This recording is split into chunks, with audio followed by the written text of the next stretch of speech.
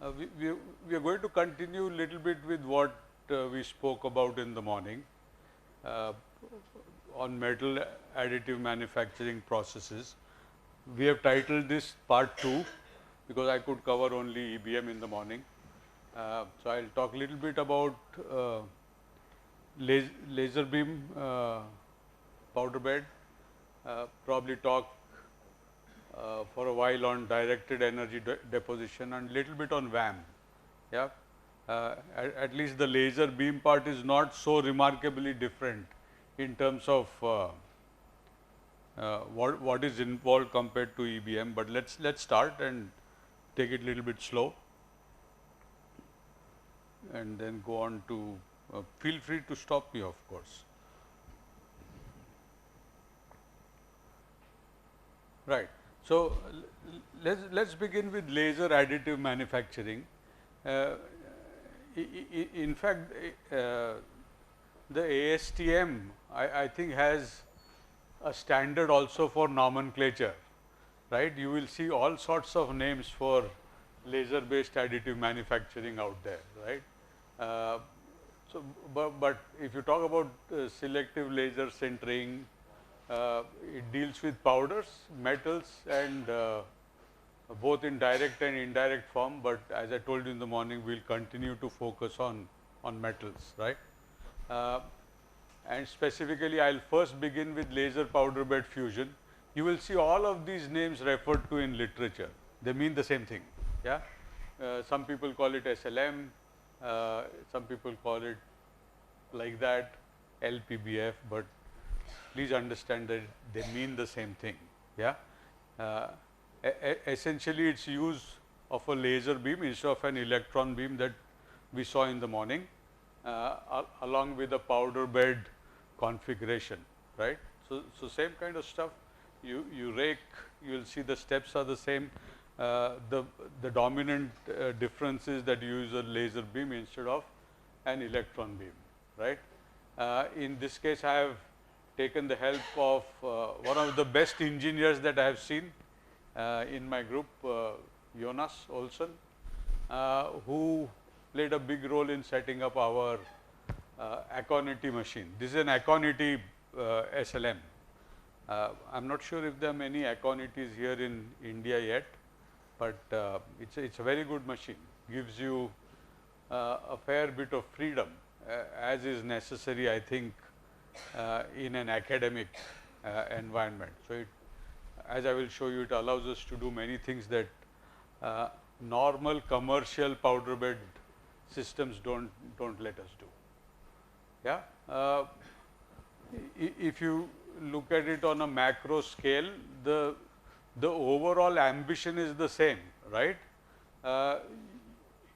You on a base plate, you have a bed of material, yeah, with slightly varying or wide powder size distribution, and as the laser beam moves through this bed, you get a solidified track as a consequence of the melt pool that is created by the laser beam, and the same process then repeats. You rake in another layer, the laser follows a certain contour, and you build. So, in that sense, not very different from use of a electron beam, to a large extent the same, and that's what I show here.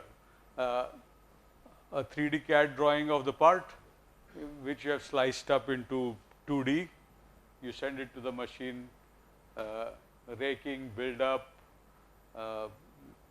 then that repeats till your build is complete, essentially, right? It's good, I believe, for us to have a combination of a laser and an electron beam in our setup, because it allows us to do different things. As I mentioned to you, our electron beam is almost commercial intent, so we can't put sensors, we can't fool around with that. With this one, we can do many things, which is our ambition. We spoke just a little bit about scan strategies. During lunch, I introduced this slide here, yeah, just to let you know what I mean by scan strategy, right? You can follow patterns as you wish, right? And all of these give you fairly good builds actually, yeah. It eventually depends upon what you want to do, right? So all of these are okay. Some terminology that you should be aware of when you track these laser beams, the distance between the two tracks is the line offset, and you can go at it in many different ways. If you want uh, uh, to cool it or not cool it or do different ways, I mean, do the contour first. All of these are essentially in your control. There is no rule that you must do a build in a certain specific manner, right? So that's important for you to realize. Materials, again, this list can be extremely long. I just wrote down some that are most frequent if you look at literature, right? But nothing stops you from doing some other material, so long as you have the appropriate powder available, right?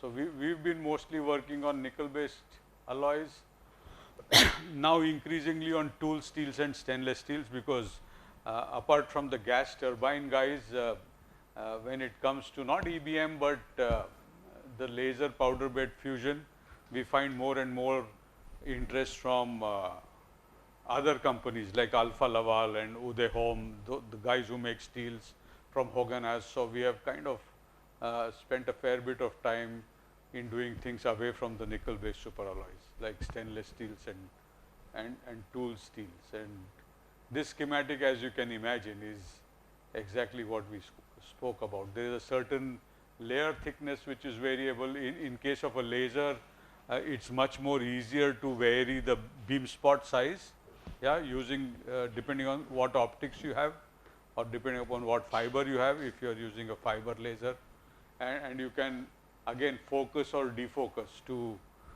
further change the spot size and energy density. So yeah, gives you fair bit of freedom.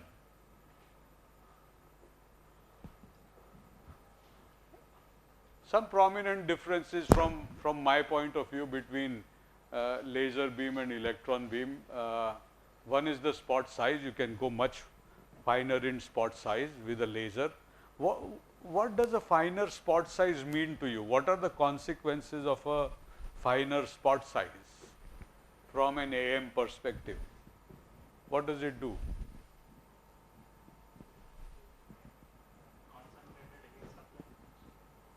Yes, of course, you are very correct. Smaller spot size means higher energy density, right? So you can concentrate your energy. But from a AM build standpoint or a build geometry standpoint, what does it mean?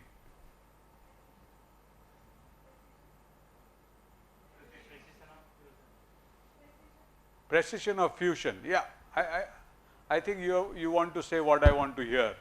Yeah, precision of fusion is correct. Finer feature size. Yeah, you can build finer features because your spot size is smaller. Yeah, and for me that's a big advantage. Layer height 20 to 100 to 50 to 100. This reduction is essentially a consequence of the fact that you usually use slightly finer powder in SLM compared to EBM, right? And because it is finer, you can survive with the lower layer height. You can't use such a coarse powder and say I want to have a powder bed which is 20 microns. You can't do that, right? So you can do that. If you see in literature, many times you will hear a statement that laser powder bed fusion is a cold process.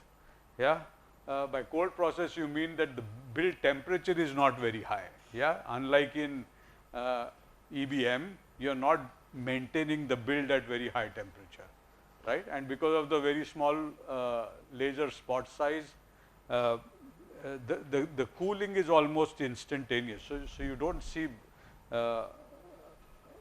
very high temperatures within the build. Yeah, and therefore, because of that, there is rapid heating and cooling. Yeah, because this is cold and then it gets heated up, cools down, and therefore you see a fair bit of residual stress sometimes in your coatings, unlike in EBM. So, stress relieving treatment is very often necessary when you use a laser beam.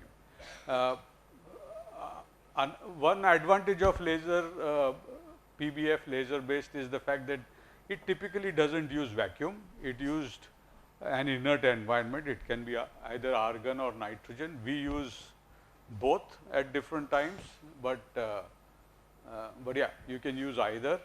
And what we spoke about feature size or dimensional accuracy, this again is an outcome of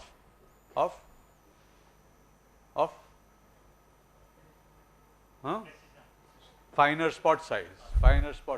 Yeah. So,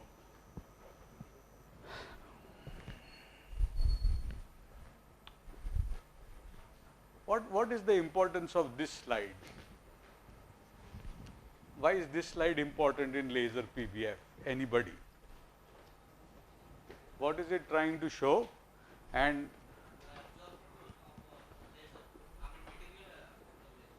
yeah, so why is it important? When we mix two materials at once, we can vary the temperature or the frequency. Louder. I want everyone to hear you. When we mix two materials together, we can easily find out the varying point and use it efficiently. When we are mixing two materials, we can find out the varying point. I mean absorption point, so that we don't overheat the material or the compound, so that it breaks its.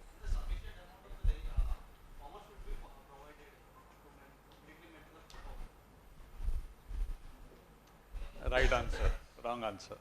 Yeah, so even you have not given me the full answer. Sufficient amount of power should be provided, that is correct. So why is this important? Material density. Oh, we are going into small gullies now. This is not okay.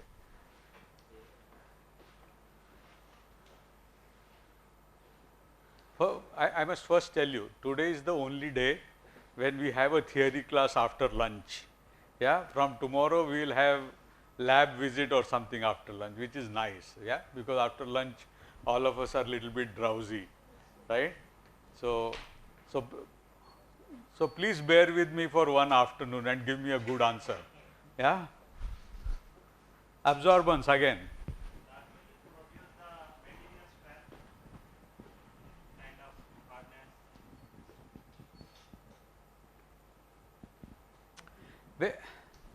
Why are you using a laser beam as an energy source, right? For that energy to be utilized, what is necessary?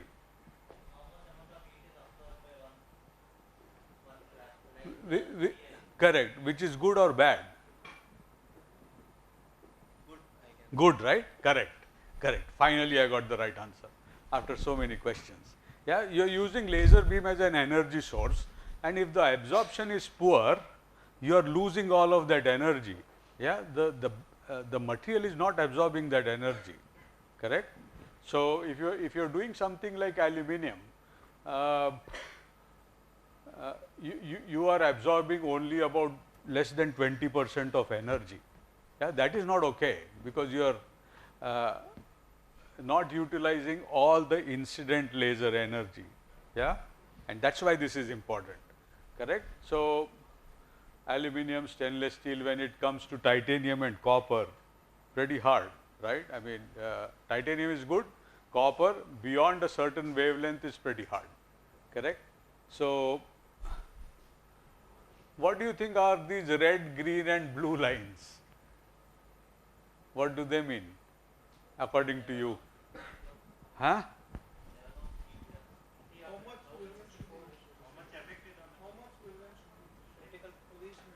Correct, almost right. What does it mean? Minimum energy, maximum absorption. Correct. I mean, all of you are going around in circles. You are almost right, but not right.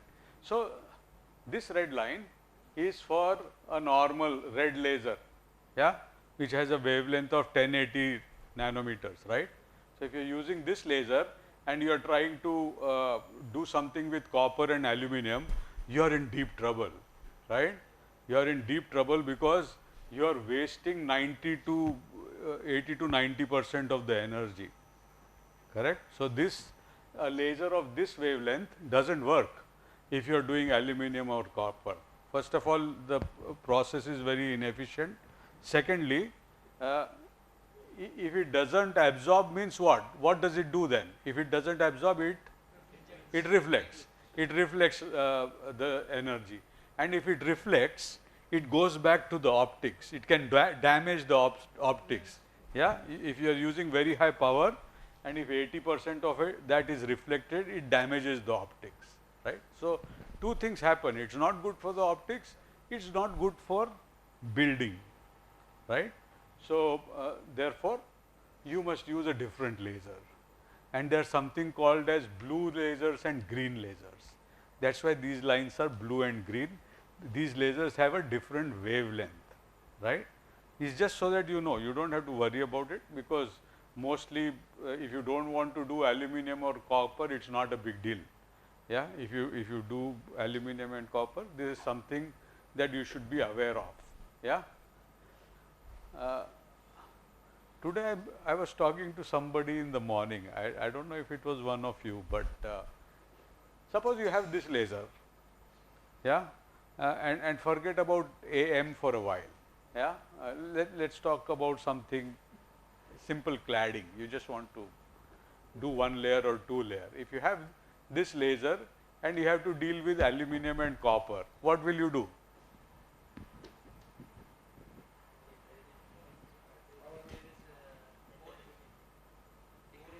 Coating,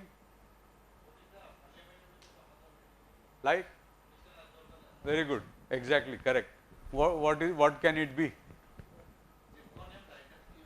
Zirconium. I mean, perhaps you can use, but why do you want to make life so complicated? Yeah, copper. You are struggling with copper. Yeah, you can't put copper on that. No, you want SS304. No, no, no. You can use simple graphite spray that you get in any shop. No, yeah. So it suddenly absorbs a lot. We used to do that quite a bit. Yeah. So if you are dealing with something like this, which is very reflective, then you can use something to absorb, right. Then the other questions can come, but that's for you as a designer to address, whether that carbon can contaminate, or will it add value, will it form some carbides and actually benefit also apart from increasing absorption. All those are other issues, but either you change the laser or you use something to improve absorbance. Yeah, okay. All right, yeah. This is our Applicatins machine, as I mentioned, at the University West in our group, and we are trying to do these following things with the laser. I thought in case of a laser beam I should talk about that, because otherwise process wise laser or electron beam almost the same. But some of the things we are trying to do is understand the process, try and get almost completely defect free components, right. Sometimes it's almost impossible to get defect free, but at least minimize defects, right. We are heavily focused also on process monitoring. More than monitoring, our interest is in exploring whether monitoring the process will allow us to do some kind of feedback control, yeah, and change the process on the fly to make it better. We do a lot of microstructure analysis. We spoke about that in the morning. Microstructure defects, and then based on that we try and correlate the microstructure to mechanical properties. Yeah, if there are defects, what happens to the mechanical properties? How are they compromised and things like that, right? Our material focus at the moment is mostly on titanium as well as nickel based superalloys, two entirely different reasons why we do this, because of the industrial partners that we have, and I mentioned also about our interest in stainless steels at the present time. Yeah. So we have been doing many things. It is easier to change material in an Applicatins machine than we have experienced in an EBM, but our portfolio is certainly much wider in case of the Applicatins machine. We have 4 lasers in our Applicatins machine, which is very nice to have 4 lasers. One is a 1200 watt ring mode laser with an adjustable power distribution, and then we have 3 single mode Gaussian lasers. So we many times use all 4 of this in tandem at the same time. Yeah. And then our build volume also is not bad, 200 mm by 400 mm, which is reasonably good shape, good size. Yeah. We can change that little bit depending upon how much we want to heat it to, and we also have the kind of optics which give us a fair bit of freedom over the laser spot size, right? When we scan a laser beam over a bed, I wanted to show you, we spoke about microstructure. Most of you who are not metallurgy or materials guys may be not interested in what happens, but I am interested, right? And we like to see what a bead looks like. We call this a bead, right? So whenever we are working on something new, a new material, we try and run a laser track at different parameters to see what the bead looks like, right? So this is typically what a bead looks like. Gives you some idea about what the depth of the melt zone is, etc. We do this even more frequently in case of direct energy deposition, but it's good to if you want to study what's happening, it's good to investigate beads like this, yeah, to ensure that your melting is complete and therefore the chances of getting defects in the build are minimized. Yeah. This is an example of all the 4 lasers working at the same time. What I showed you in the morning had an electron beam spot jumping, right? But this is 4 different lasers being used at the same time, right? So we can program the scan strategy taking into account the fact that we could have these kind of 4 lasers going at the same time on different locations in the bed, right? It allows us to do that. Schematically, this is what it looks like, but maybe the next slide is better. Yeah. So we have several things installed in this because our interest, as I said, was a lot on diagnostics and monitoring. So we have a camera there. We have a couple of different pyrometers that are installed there and there to understand what is happening. So these 2 pyrometers plus this camera give us eyes into the process, right? Otherwise, oftentimes we are blind when we are doing this in a chamber, right? And we also have a fixed digital camera that allows us to look at the build platform, and we are trying to install more and more sensors and detection devices. I mean, we have been a little bit slow with this because we need to be sure that we understand the system well to before we begin to tinker with what is going on. But I think we are in a situation now where we are able to do lot many things than was possible in our RCAM EBM machine, right? including visualization of pyrometer data like this. What else do we want to install? We want to install something that apparently allows us to detect cracks, yeah, as they form. We are still working a little bit with that. We want to install acoustic probes for non-destructive evaluation, see if that will help us. And we want to install lot more thermocouples apart from an IR camera. The nice thing is there are some hardware components there which we can remove, replace, create room for these kind of devices and things like that. So we are kind of excited about having acquired this Aconity machine, right? Let's talk a little bit about variables, right? Depending upon what literature you read, you will find various parameters being mentioned, right?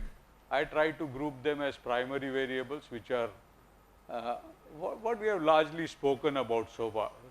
We spoke about laser spot size, we spoke about scan speed, we spoke in the morning about layer thickness. That's true in this case as well. Yeah, laser power and hatch spacing, right? Then there are exposure strategies, including the scanning strategy that can take different forms, right? Again, this is limitless. I showed you a schematic earlier. I am showing you another here, right? No, apart from perhaps these, none of these look similar to what I showed earlier. So it essentially tells you that you can move. Laser is your tool.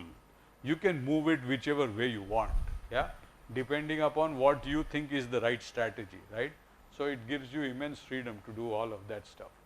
And then there are of course other machine settings. We at the moment at least we don't kind of change these so much. Part scaling, quarter blade, quarter speed. I mean, how fast do you rake? We don't think it's a super important parameter, so we don't do that so much. Of course, oxygen level is, right, because it directly influences in our opinion, any oxygen uptake in the build. Yeah, very important when you're dealing with something like titanium. Shield gas important.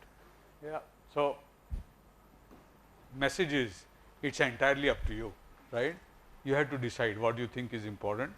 And hopefully you make an educated guess, not a random guess, right? So you need to decide what works well. Yeah, a little bit of the same, but I think this is in the bunch of slides that you have access to. If you have tried to look at the QR code, how many of you have tried the QR code, by the way? Yeah, works well, no issues. Yeah, everything okay? Right. So you have it there, but basically what this shows is a list of parameters that I think are important. Yeah, but I need not always be correct. Yeah, you may think some other parameters are also interesting to look at, right? But I think these are for at least the first set of experiments that you may want to do. This may be good ones to look at. Yeah. As I mentioned, you will see this being mentioned many times, indicated many times, that LPBF is a cold process, which essentially means that there is no preheating or sintering. Yeah, you don't do that like you do it in an EBM. And in most cases, the unmelted powder is just brushed off after the build. You don't need to blast it like you do in EBM, right? It's relatively less adherent. There are some other parameters here. Again, this is a selection from out of the much wider range that I showed you earlier, right? So some of these I think could be interesting for you to look at. right?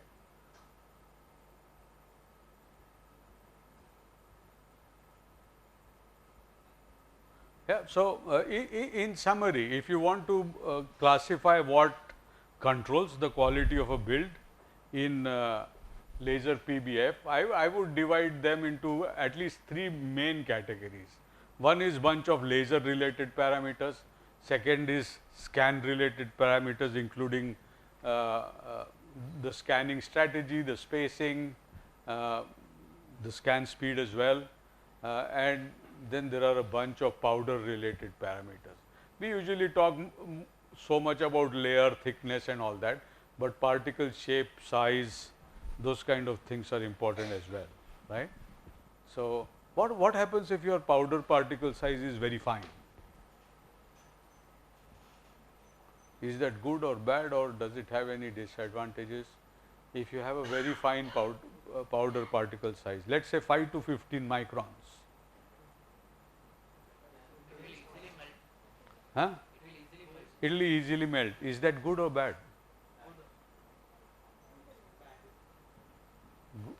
Bad, good, bad. Yeah, if you have very fine particle size. If it easily melts, it's good.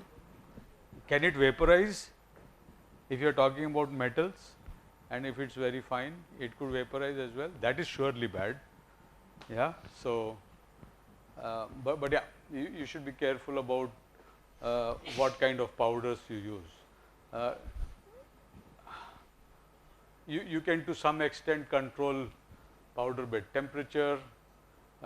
Some people choose to heat the powder feeder to make sure that there is no agglomeration or clogging or things like that.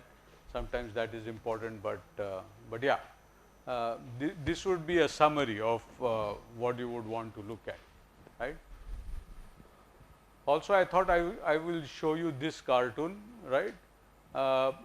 This is a pre-placed powder example where you have an incident laser beam, and then these are the kind of single tracks that you overlap as you move from one track to the other, right? So, this is what you are getting in an effort to completely sinter the part from one layer to another, right? Any questions so far? Can we move on? Yeah, anybody? No? I showed you that little picture with 4 lasers, yeah, that we have, but the Applicatins machine, from what we have heard, can go up to 12 lasers. It can have up to 12 lasers. What's the advantage of having multiple lasers? It makes it possible to build. Is there a comment? Someone said something? No? Yeah. It makes it possible to build a larger system if you have multiple lasers, right? By separating the lasers so that you can cover large areas. So, although our laser may have a certain build area, I don't think it is very restrictive. You can of course make it bigger if you are going to have more lasers, right? The interest in doing that is so that it allows you to build larger parts which are not constrained by the volume, right? Otherwise, at the moment, the general perception is that if you use PBF, you can only do smaller parts, right? But using something like this opens up possibilities to make it much larger, especially since you are not using this in vacuum. You are using it in a controlled inert gas environment. So, that is one of the drivers why you may want to do this.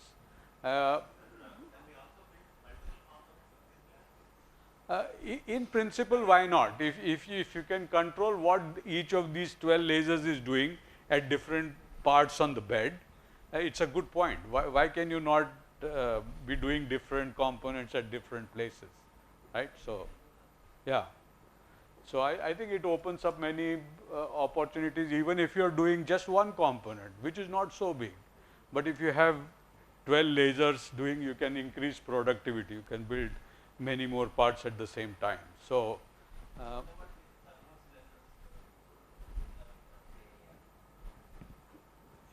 you, you, lasers, then the evacuation thermostates are going to be different. Again, we need to do a lot of optimization. that will be sure. I mean, especially if you are building different components which have obviously different constraints. Yeah, well, that you will always need to do when you start to do a new component. You will have to in some ways optimize. So if you're building 12 different parts, I imagine that you will have to optimize 12 different things. Yeah. So, but that's okay. That is usually one time if you're producing in large numbers. So that's not so bad. Yeah. And then many times you have to worry about if you're using multiple layers, you have to worry about overlap because it takes me back to the time when we were using a laser not for additive manufacturing, but for hardening or heat treatment, right? When you have this kind of uh, overlap, then the region which is hardened gets softened when you overlap, correct? So you need to be a little bit careful about ensuring what happens in this overlap and whether you are influencing in some way the densification that is happening or you are causing more problems in that area of or region of overlap. So, you need, yeah. Will it be possible to have different type of lasers like a blue, red? Very interesting question. Very Can work on aluminum and copper and fantastic. Yeah, it's a good question. I've not seen anyone do that, but I think there is a problem with that. But what is the problem? I mean, I was immediately surprised by your question, and I thought it's a good idea, but it's not such a good idea. Tell me why not? In a laser PBF system. Because we only have two chambers and we can only use two materials. Like we can't, we can use multiple. it will be difficult with different materials. Wavelength varies, structure varies. But I think his answer is 100% correct. You cannot rake a bed with different materials in different places, right? So your raking is a problem, right? It's not so much about 2 powder feeders. You can always have 4 powder feeders. That's not a problem. But when you rake a bed, yeah, you cannot then segregate islands of different materials. So very good. I will buy you coffee today. Yeah. Well done. Yeah, but very good point. Yeah, post-build operations, same as what we saw in EBM. Yeah, the I don't really call it post-build operation. It is just to get the part out from the build, right? And all of this I will postpone until another time. Stress relief. This is much more important in laser rather than in EBM. Why? This is a revision question. Why is it more important in laser beam than in EBM? Stress relief. Residual stresses are greater in case of because of temperature variations, right? Heating and cooling is a lot more. So yeah. But yeah, for the time being, let's just say that this is a very important part, right? And we'll come back to that later. Applications many, at least in Sweden and in many parts of Europe, this is a big application, medical implants. We spoke a little bit about that. The advantage derives from the fact that you can personalize implants, yeah, and print them at site, print them pretty quick, yeah. So it can be printed in no time. I've seen or heard people print this an hour or 2 before an operation. So everything is pretty well set. Very impressive if you are able to do this, right? So they do a scan. From that they determine what kind, what size, etc. They use They extract the image from the scan, they slice it up based on the scan, and then it goes for printing. Right? Very nice. So if I get operated sometime, I would like to use this. So excellent. Yeah, aerospace, of course, a big driver. This is you must have seen this picture the maximum number of times, right? Everywhere. Yeah, correct. Yeah, where this reduced the number of components by a zillion times or something. So they talk about it all the time, but yeah. So once again takes me back to what I said in the morning. AM is not a solution to everything, but it is also not a hype. Yeah, so there are some very real parts that are out there, and that is only increasing with time. We did a project for Alfa Laval where we are building the entire reactor in AM, and that's why they are coming back to us now with a bigger project. So yeah, all of these are pretty real applications today. Yeah, there. I suppose this is on your QR code as well. I won't go much into that, but there are many parts, right? Each of them needs to be dealt with in a specific, special way. That's all you must know. But there are many things you can do, yeah, provided you are convinced that AM is the right way to do it, yeah. So, summary now, couple of slides maybe. Advantages: near net shape, you can make very intricate cooling channels, becomes very relevant for turbine blades in particular, where cooling is a big problem. You can get feature size or resolution details which are much better than what you can get in with an electron beam. These are lousy advantages which are kind of general, but yeah, look at that, right? It interests many industries, so it should interest you as well. Yeah, limitations: relatively low production rates. This is expensive. I mean, that's what we are talking about in the morning, that it's not always sustainable, right? Even though it may seem like a smart idea, you don't want to do this on everything that you see in life, right? There are certain components which are ideal to be considered for AM, and so there are some others which are not. So you should be careful about that. This is what I was saying, right? You can build 12 components on a bed, but every material, every component needs to have a separate set of process parameters which needs to be individually developed, right? Not easy to extrapolate, not advisable to extrapolate also. Yeah.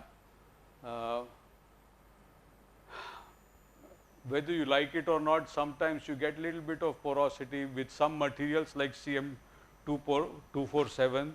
They are prone to lack of fusion and cracking defects.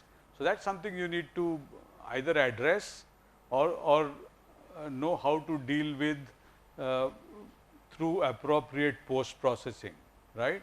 And we will come back to that another time. But some defects which are in the interior of the component can be solved by hipping. How many of you know hipping? Who has heard of hipping? You have heard of hipping? Who else? No? But we talk about it on Wednesday. Hipping is hot isostatic pressing, yeah, and then that can take care of several of these shortcomings, but only if they are open to surface. Yeah, sorry, post lunch. Only if they are not open to surface. If they are open to surface, you can't do anything with hip also. Yeah, so they have to be at the interior. Yeah, we spoke about residual stresses, not a problem. There are standard stress relief treatments that I shouldn't use the word standard, but there are stress relief treatments that are available. Distortion is trickier, if there is, you should ensure that there is no distortion. Poor surface finish, but that is relative, right? Poor surface finish compared to what? Yeah. So I would say this gives you a better surface finish compared to EBM. Yeah. But most of the guys who are used to looking at conventional machining, for example, and they say, oh, you are saying laser powder bed fusion is near net shape, yeah, and then they get very disappointed by the surface, right? So it's not as good as what you get from machining, but it's not that bad when you compare it with EBM. Just couple of other points I want to make, that this needs to be properly. It can be a turbulent process. Turbulent probably is too strong a word. I should qualify that. By turbulent, I mean that when you scan a laser beam, right, and melt the pre-placed bed of powder, right, there can be some splashing.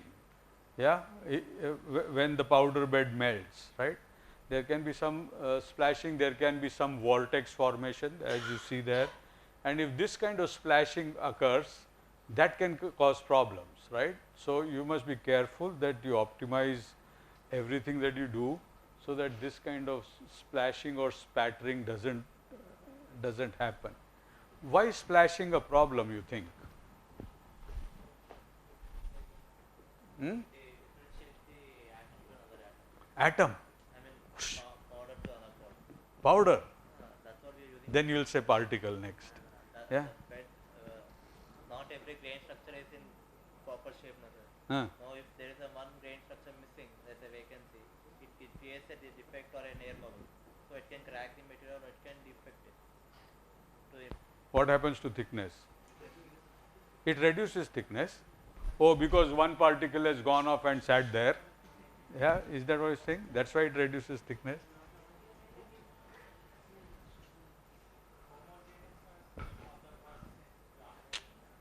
Correct. Now coffee has migrated there now. Just joking. I buy both of you coffee. Yeah. So why does homogeneity go? I am making it harder. Why should it spoil homogeneity?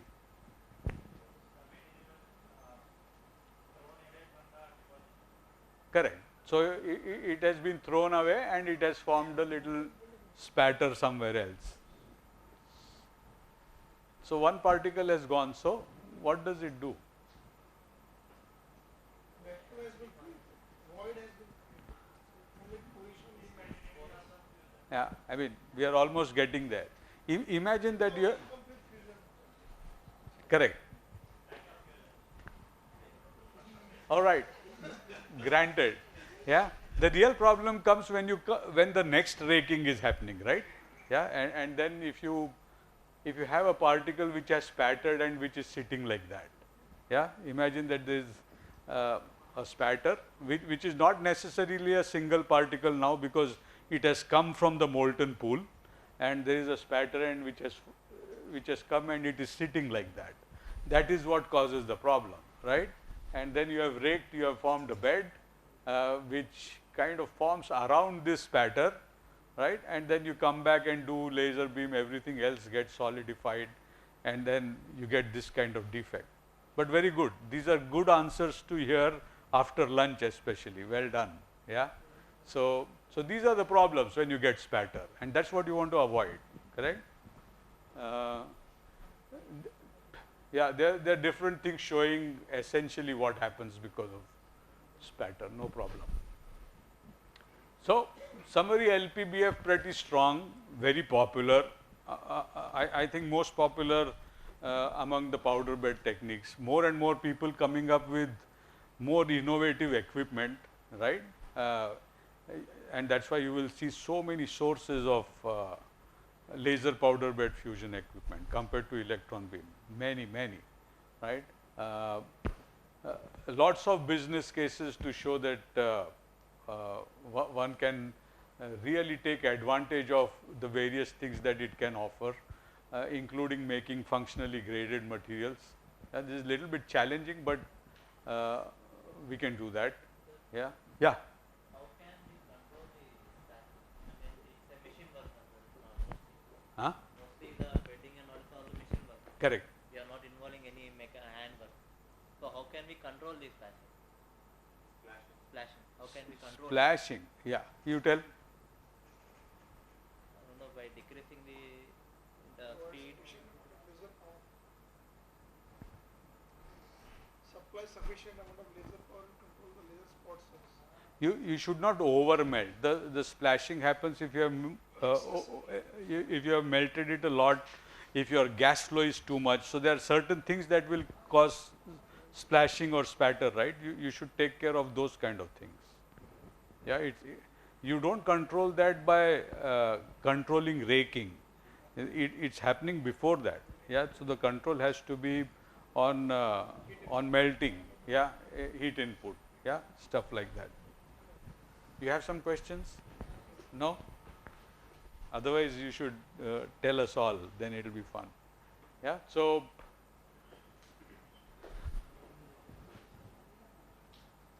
tea? Very good. You're getting a tea break. But this is not yours. I'll give you separate. Yeah, okay. I like directed energy deposition because I was doing DED from before powder bed fusion and things like that when I was in Hyderabad at ARCI. I have taken help of my colleague Jorg, used some of his slides from before to talk about this. I also mention Jorg because we have a very smart student from NIT Warangal now, for whom me, Jorg and another colleague of ours, Joel, we three are the supervisors for Hemchandra, who was here not so long ago. So we'll talk a short while about directed energy deposition. Again, all these things, AM has suddenly become fashionable, but these techniques have been around for a long time, and therefore they have been known by many different names. I remember 1990 something when I was at DMRL, we had we had a equipment for lens which was called laser engineered net shaping, or it's also known as LMD, directed metal deposition. I now know the trick to exit from here. Oh, but I may not have internet access, so maybe I can't show you a video. Can we have internet access on this? No, right? Can I?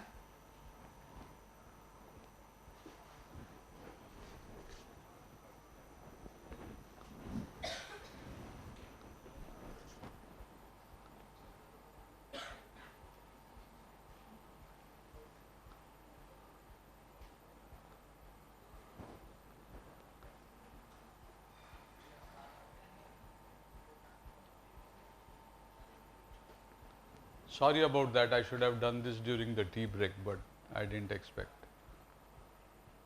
Otherwise, we skip. Connect is there. Connect is there. The connect is one. We have that connection back. Let me check.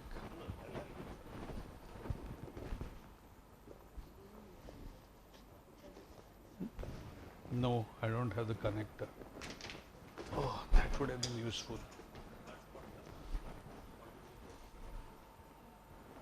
Yeah, let's just try once. If not, we'll forget about this.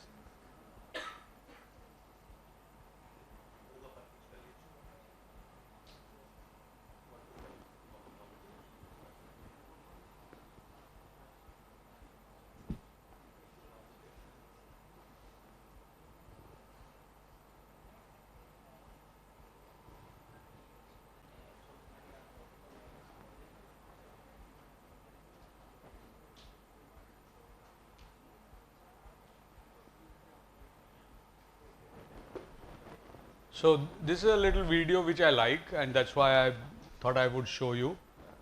This relates to the lens, which is essentially the same. I mean, it hasn't changed so much from what is today known as directed energy deposition, but very nice. It gives you a whole lot of freedom, almost like thermal spray, where you can use any powder. There are not so many issues, and it can build pretty fast. Yeah, earlier you used to use something like this for cladding, yeah, as a surface modification technique. But now you can use it for not just functional surfaces, but doing AM, especially for repairing components, and in this variety you use it as a coating, yeah, when there is wear and things like that, right? So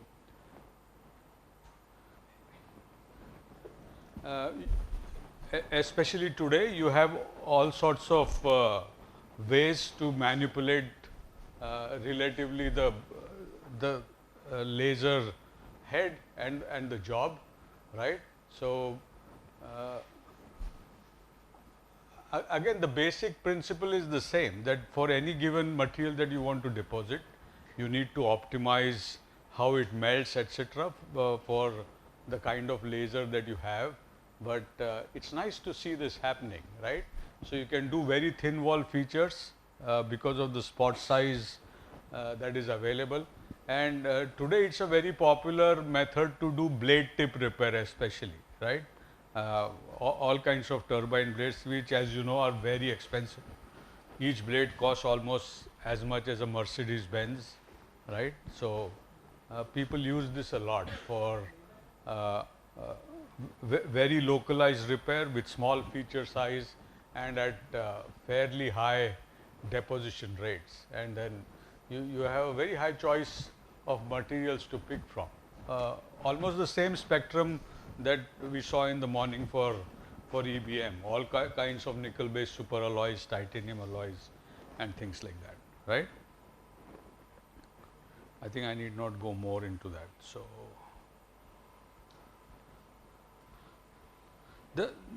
the nice thing in my perspective about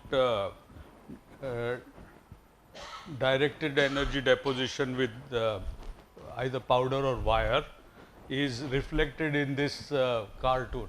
You can use a wire instead of a powder, right? The point always is that you want to introduce the material with which you want to build into what is called the interaction zone. Interaction zone is where the laser beam interacts with the top surface, right? And that's what you want to accomplish. As you can imagine, there are many variants of that, correct? Let's forget about wire, although it's very important, and I may come back to that. But you could feed the material in powder form in many different ways. In old times, when the nozzle design was not so fancy or not so evolved, this is how we fed the powder stream, yeah, at an angle into the interaction zone. Now we can do many different things. You have multiple feeders, yeah, which are aligned so that there is radial symmetry that is maintained, yeah. You don't want it skewed on one side, or better still, you now have coaxial powder delivery system, right, which goes right through the nozzle, center of the nozzle, where the laser beam also comes from, yeah. So that is clearly the preferred orientation. So just as a recap, you can use coaxial powder, you can use coaxial wire, or you can of course use off axis, either powder or wire, and all of them are pretty successful in accomplishing what we want to do, either few layers in the form of a cladding or a coating, or multiple layers to build an AM part, yeah, of the kind that you desire. So here is an up close arrangement. What you need to always ensure, regardless of the manner in which you introduce the powder, is this, that it is fed into the interaction zone, right? And if you do that well, whatever people say, the general rule is the same. You will see the same kind of process variables repeated all the time. What would be the process variables here, without me saying so much? Yeah, What do you think are the process variables uh, for a process like this? Grain size of the particle. Grain size. Please don't say grain size. Say particle size. I am happy with particle size. Grain size is very complicated then. Yeah. So particle size, correct. Pa- powder feed rate, correct. What else? Rate of deposition. Rate of? Deposition. It's not a variable. Yeah. Yeah. It's an output. So not a variable. Yeah. Huh? Laser power. Scan speed, correct? So same thing that I said earlier. So it's life is not so complicated sometimes. There's same set of parameters. Yeah, sometimes it's complicated, but in this case, yeah, understanding what makes a difference is not complicated. Understanding it is, right? What is the effect of power on what you get? What is the effect of powder feed rate on what you get? What is the effect of particle size on what happens, right? So those are the important things.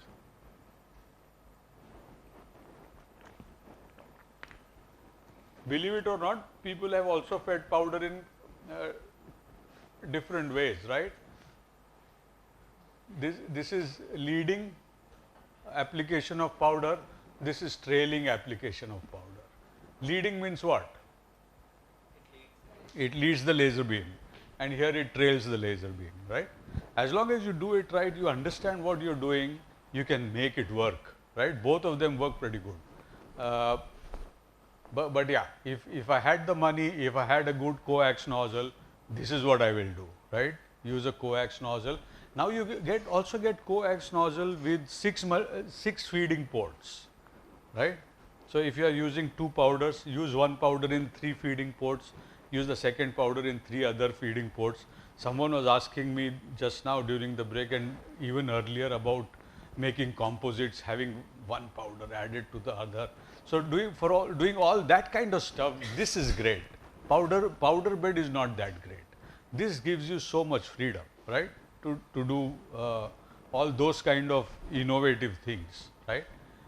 Even functionally graded, for example, if you have 2 powder feeders, you can control the ratio of A is to B as you do, right? You change one after the other, and then you can go from 100% A to 100% B slowly, right? So you can grade that as well.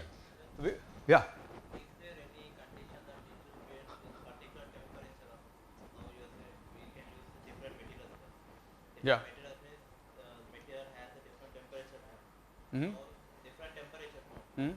Now if that laser is set to an titanium temperature point, let's say, there is no such metal in the same temperature point and we are using it something else. It may defect now, sir. Correct. May defect now. Then the technique is not going to be much efficient than using separate temperature and material differently. What I said before still holds, right? If you have 2 different materials which have 2 very distinct melting temperatures, right? So that challenge you cannot get away with. It's just that your way of feeding, etc., you have more control. But other facts of life don't change. Yeah, if you have 2 different materials, you have to decide: do I want to melt both? If you want to melt both, then what parameters do I use so that the high melting and low melting both melt? Yeah, the low melting melts along with high melting, but doesn't get damaged. Yeah, while I am trying to put in more energy. Yeah, do I want the phase B to be as particulates? All those decisions you still need to make. So that doesn't change. It's just the manner in which you introduce these different elements that becomes easier, right? Rest of the challenges remain unchanged, right? And because of the freedom that it provides, we've at University West been using DED for many different things. One is to do parts like these, yeah, to demonstrate that we can build whatever our partners want. In early times where people were not confident about what we can deliver and what the technology is capable of also, we did lot of work with GK and Aerospace to add features, right? So rest of the part was already there, made by some other process, and we added features such as these, right? So that was a low risk initial test for the technology. So we did a fair bit of that, right? And then more and more now we are looking at repair of expensive parts which otherwise need to be thrown off, right? So this is also something else that we have been doing, both using our laser route as well as using coatings that I will talk about a little bit later. I must admit I don't know what this video is, but let's try. If it's boring, we'll stop. Yeah.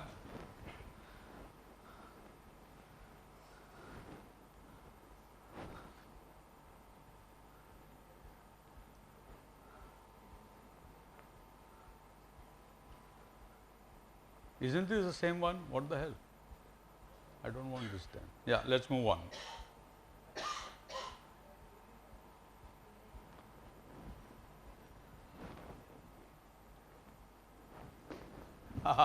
We are back. We are back to this. Yeah. Why are we talking about green versus blue? Yeah. Because of copper. Right? One of the things that so again, same constraints apply, like you said, for melting, etc.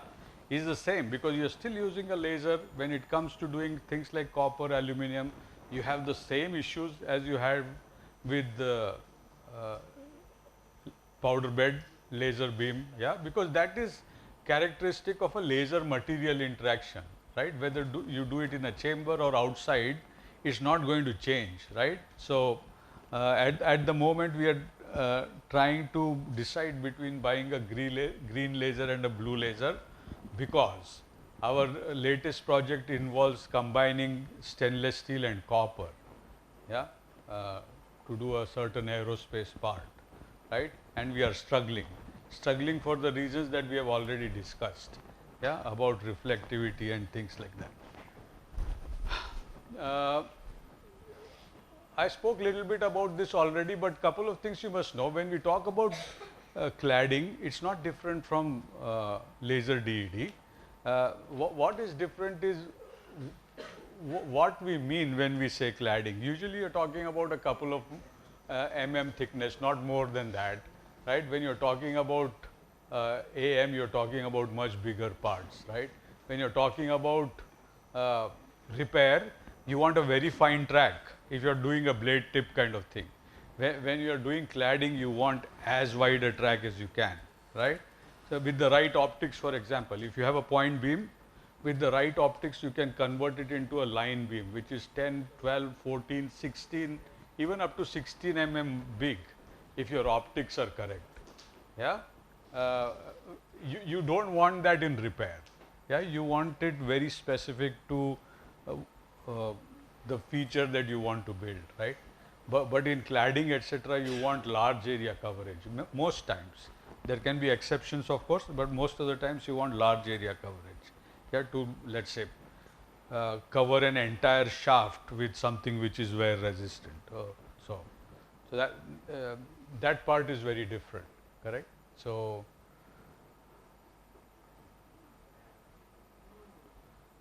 again, we spoke about this little bit. Main process parameters in DED, laser beam spot size. You can focus, defocus, use the right optics, convert into a line or whatever you want. Process speed, power, feed rate, laser beam part width. By this I mean overlap. We spoke about overlap as well.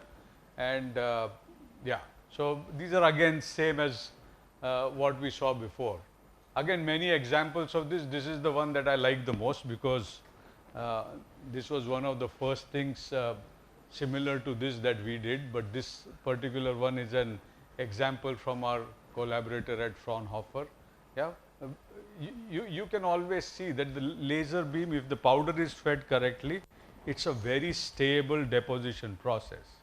Yeah, extremely stable. You don't see any variation. There are no raking issues, but you need to feed it well, right? The powder, and most of the feeding issues are resolved if you have the coax nozzle, right? Coax nozzle is something which is great. Quick difference between DED and PBF. as you can imagine, you have much greater versatility. If you are using DED, you can use a lot more variety of materials, including mixed powders and things like that, which are slightly hard to do when you are doing powder bed. Uh, you need to have a good handling system, but that's not an issue these days. You have very sophisticated powder delivery systems that are available, right? We are today able to feed, earlier feeding finer powders used to be a challenge. Today we can feed anything from about 5 microns to 100 microns, yeah, with great reliability. So that's not a problem. Part complexity, as you can imagine, this is limited compared to both of the powder bed techniques, because you are kind of doing it 2D layer by layer. As long as you do that well, this is unlimited. Here, especially when it comes to very intricate geometries like cooling holes, you can't do this. It's a little bit harder, right? Deposition rates actually much better than in laser PBF. Why? Why do you think the deposition rates are better than here? Because no raking etc. is involved, right? You don't need to rake and then locally do that, right? So your deposition rates are therefore better. You can do it much faster. You can build on just about anything, any kind of pre-existing surface. If you, assuming you have good robotic movement in a powder bed, you are in that sense constrained, yeah, because you are raking, it always needs to be a flat top surface. Of course, one can argue that this is taken care of when you do 2D slicing, right? So eventually you get what you want, but yeah, in terms of ability to deposit, you can only deposit the last layer on a flat surface. Yeah, both of these are pretty rough. Yeah, you can see the roughness here, 60 to 100 microns, but I think this roughness is little bit misleading, because you get a certain bead and that is overlapped, so it is not local roughness.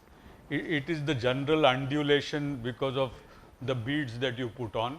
Yeah, so in that sense, little bit misleading, and you can apply this pretty thick. I mean, in regions which overlap this, but also which go way beyond what you can do here, right?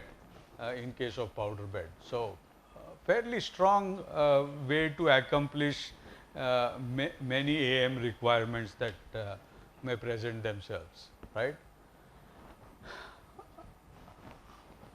I want to talk a little bit about wire DD and wire based variants. Yeah? So at least at University West, we do 3 things at the moment. We use wire with laser. That is our longest standing research area almost, where we have used DED with laser, and then more recently we have begun to do lots of stuff with VAM. We don't do so much on hybrid, but that's something which is on the table right now because of some of the projects we deal with.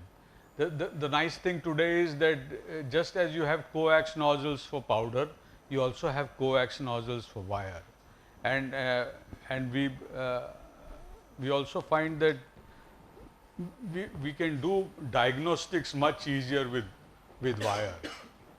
So there are many things special that we have done, in my opinion. We pass a current through the wire so that it provides additional thermal energy. So our wire tip is pretty hot when it touches the top layer, right? So that is a new innovation.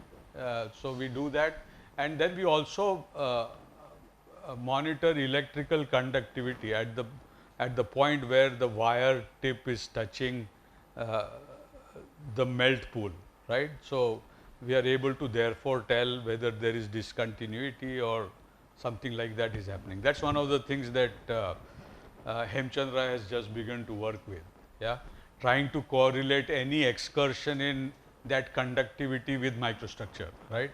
So, if we see because of change in wire feed rate or gas flow, if you see that the measured conductivity is changing, we monitor that and then look at that very instant, how does the microstructure look like, or little bit later to even see if there is a lag between such an event happening and digression in microstructure. So, I think that is a very interesting project that would at least form a part of Hemchandra's PhD.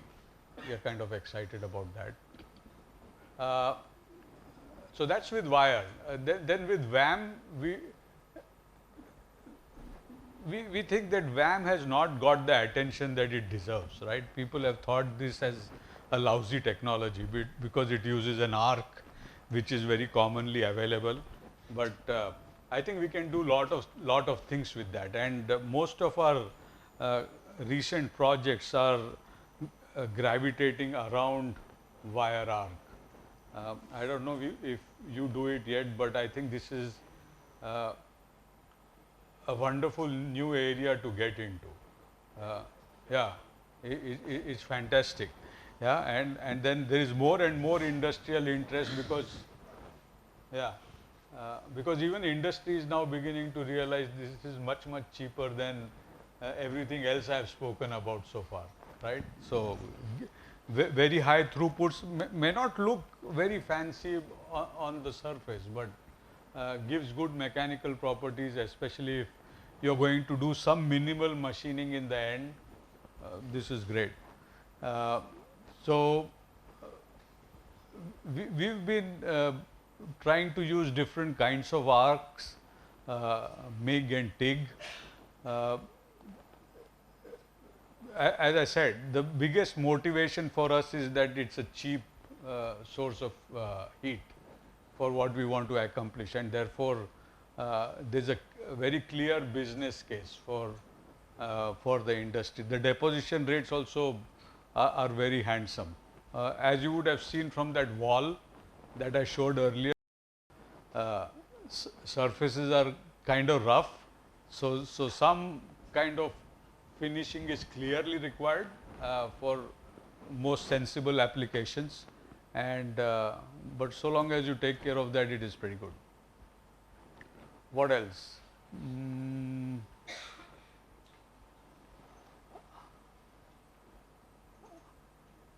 I wanted to show you couple of yeah.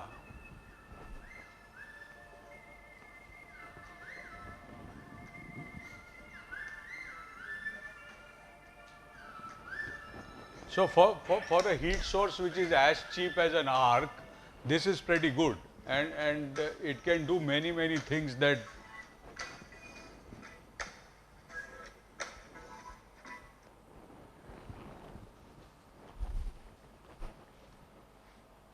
you can see how stable that is, right? And fairly good. You can also do it localized, like you see it there. It can allow you quite a few degrees of freedom. See, build locally whatever features you want to build, right? So, depending upon what your end application is, you can accomplish many things with VAM. Much of the stuff that we have been doing so far is demonstrating to our partners what level of complexity is realizable using such a cheap technique even. So, that is quite nice. There are many processes available. I just wanted to put this down, but not everybody has that choice. For example, we do not have access to all of these, but you must know what tool you are going to use. But having done that, you have a choice to make there. That is something that you must know, right?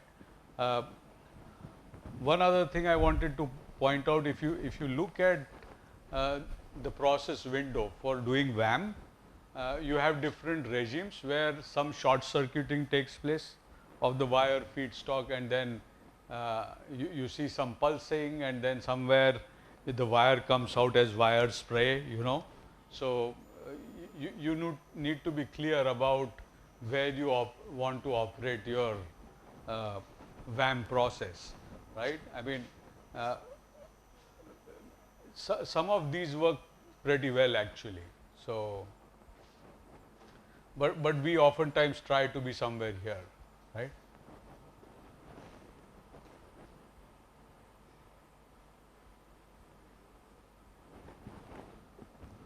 So this is a short circuit transfer, right? As you can imagine, it is short circuiting that thing pretty good. Yeah, yeah. It's a very high speed camera. This is something from one of our collaborators. It's not our work, but it clearly shows the different regimes in which material transfer happens. Yeah, yeah. So this is like a short circuit, right? When it touches, then it gets transferred. In this particular case, uh, quite nice to see that happen.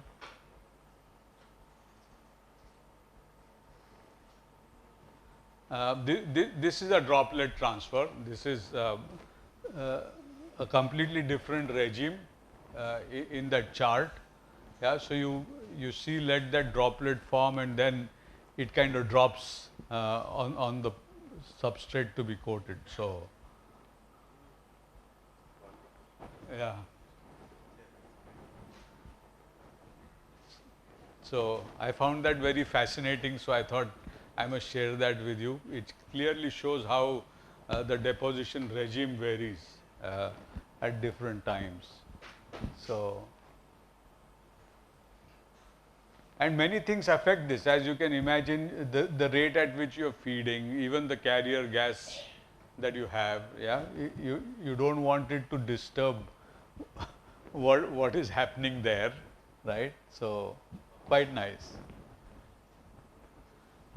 This is like a spray transfer, as you will see now. I hope it works. So this is a completely different regime where it's coming like a spray, right? It just goes to show that if you know how you're doing it, there is great control possible, right? While you're using the wire arc. This is the last one then. So it's not coming as continuously as the other one, so that's why it's a little bit, they call it pulsed. But you are able to do all of these things, right? And at the end of the day, it's all about knowing what is going on, right? I remember one of the first components that I did when I was in DMRL for one of the missile parts. I proposed something and director said, "Why are you doing this? You will also get fired and I will also get fired." No, but it was one of the cheapest oxyacetylene flame torches, right? But the point is, you must understand what the application demands are and what you are capable to do. So I think this could be a cheap process, but it is very, very powerful, right? If you know what is going on. One of the things related to VAM with which we are having a lot of fun right now is to decide what the shielding gas mixture is. So now we are in a situation where we can tell the gas supplier that we want a specific mixture of gas to be bottled and given to us, because we see a lot of difference based on this chemistry on how the characteristics of the build layer are, right? So this is our current focus, to look at the role of gas chemistry on.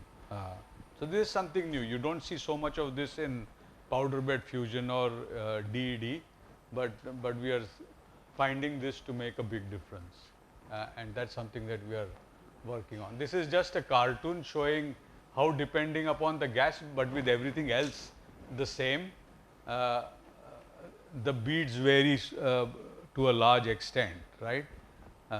And that's not an exaggeration. So that's the reason we are trying to strike a compromise between something like this and something like this by kind of evaluating various other regimes in between, right? No surprise, we we spoke about scan pattern there. Even here it makes a difference.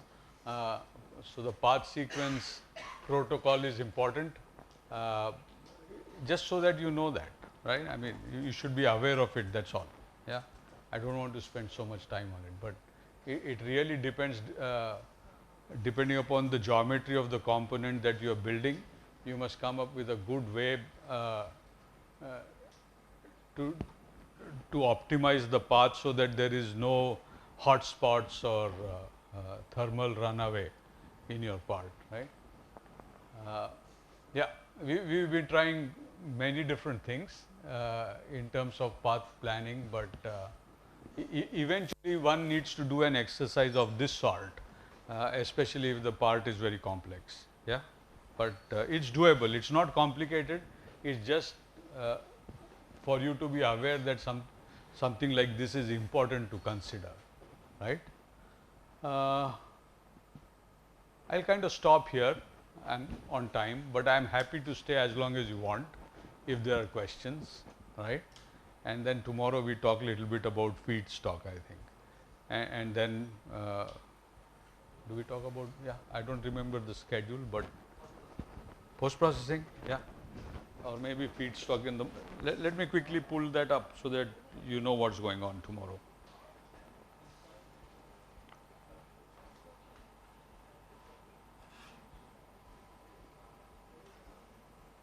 While I am doing that, are there any questions? Oh, we have two. So we talk about feedstock in the morning, and then post-treatment either in the afternoon or we switch. And I do this also in the morning. But these are the two things we will deal with. Yeah, feedstock for metal AM and post-treatment of AM. All right. Questions? Tired, everyone? Long day? No? But if you have no questions, I am done. This one has more sustainability, right? I think there's some confusion here. I'm asking about laser white direct energy deposition. Laser wire. Yes. Okay. And the laser powder Yeah. direct energy deposition. Okay. Which has more sustainable. For me, both are the same, almost. Yeah. Unless we dive into sustainability from a processing standpoint for powder production and wire production, but we are very happy with wire. Yeah, wire is much better. At least in our experience, the throughput with wire is superior. I may be a little bit biased though, because we have worked much longer with wire. So we understand it inside out. We know how to do this feedback control with wire. We don't know that so well with powder. Yeah, because with wire we know the rules. Yeah, correct. So we understand wire much better.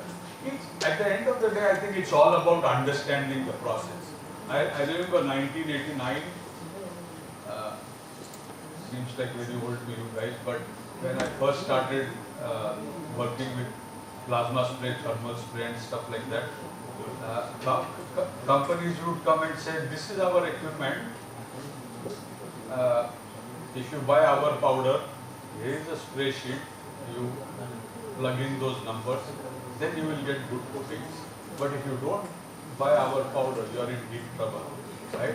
And everyone believed that at that time, right? Everyone believed that, oh, if I don't buy this guy's powder, my coatings will be horrible. Because at that time we didn't know, we didn't understand the process. Even today,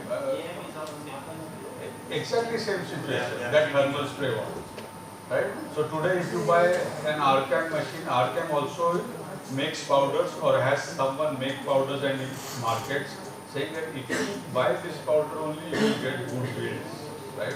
Otherwise, so, yeah, correct. Yeah, exactly. That's another issue. But once you start, today we can take any powder, China, good, bad, ugly, whatever, and do coatings, no problem, because we fully understand what's happening. In due course, we will fully understand what's happening in AM also, and then we'll be able to use whatever. So, but these are normal teething problems with new technology.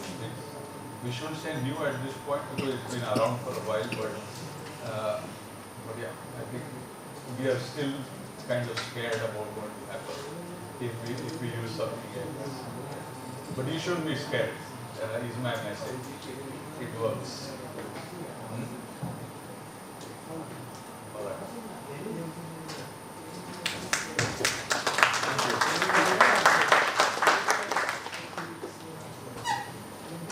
So let's calculate it for today, and tomorrow the sessions will start at 9:30. So all of you be positively, be here by 9:30, at least 10 minutes before. Do we start at 9:30 because maybe the program says something else, or? At 10 o'clock, yeah. But No, we can start at 9:30 actually, no problem. 9:30. Shall we start at 9:30 so that we finish early also? So 9:30 then. Yeah. And So there is a small change. Probably the sessions will swap depending on the convenience of Professor Joshi. And another small thing is for dinner you have to be on your own. That's the course funding guidelines, so we can't help it. So please try to understand the situation. And those who are staying in hostels, they can approach either hostels and inform them for providing dinner. You can take the help of some of our students. They are there to guide you. And those who are staying in the guest house, they can also inform the guest house caretaker, and he'll on chargeable basis he'll arrange. Or otherwise you are free to move outside. It's up to you. Okay? So let us meet again tomorrow at 9:30. Thank you.